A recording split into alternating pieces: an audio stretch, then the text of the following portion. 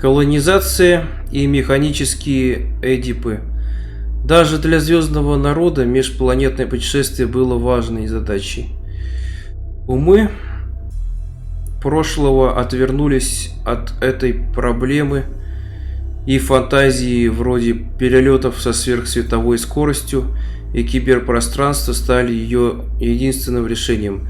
Проще говоря, невозможно было взять большое количество людей с достаточными запасами в путь даже до ближайшей звезды, чтобы сделать колонизацию выполнимой. Существующие технологии могли позволить лишь ползти со скоростью, составляющей жалкий процент от скорости света, из-за чего путешествие охватывало целую эпоху.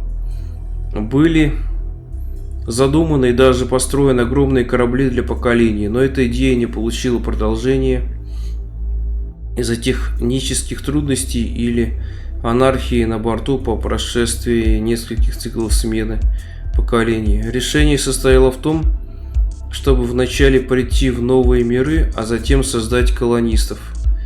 На этом этапе к звездам были посланы быстрые и маленькие автоматические корабли. На их борту находились полуразумные машины, запрограммированные для того, чтобы воспроизводить и терраформировать место назначения, и чтобы конструировать его жителей из генетического материала, находящегося на борту. Но эти попытки несли на себе бремя причудливой проблемы. Первое поколение изготовленных таким путем людей иногда вырабатывало странную привязанность к машинам, которые создали их. Они отвергли свой собственный вид и погибли после всеохватного кризиса самоидентификации, последовавшего за этим.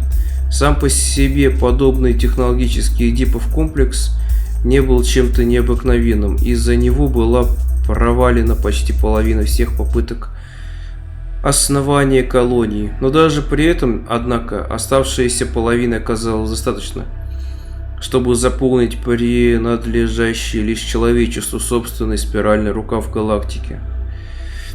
Лето человечества. Сразу после колонизации галактики человечеством наступил его первый настоящий золотой век. Взращенные механическими пророками, выжившие после эдиповой чумы, построили цивилизации, которые сравнялись с их предшественниками из Солнечной системы и даже превзошли их. Это расселение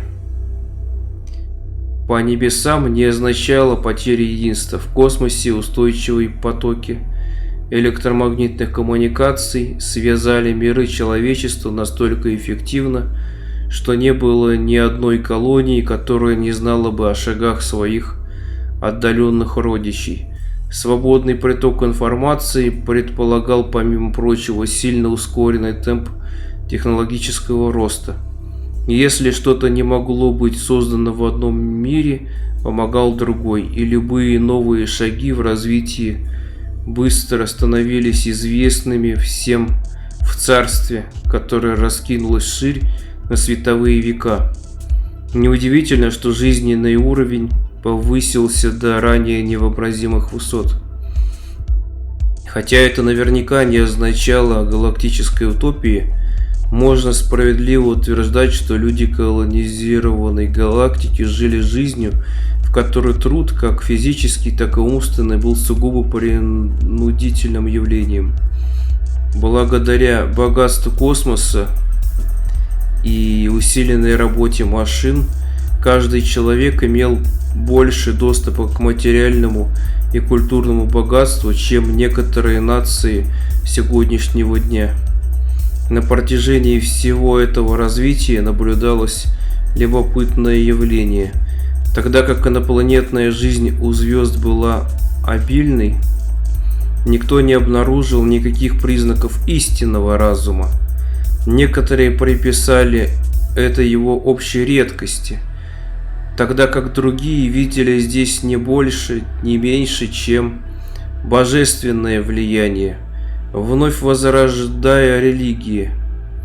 Независимо от теоретических построений, Один вопрос четко и очевидно оставался без ответа. Что в действительности случилось бы, если бы человечество когда-нибудь столкнулось в космосе с цивилизацией, равной себе или превосходящей его?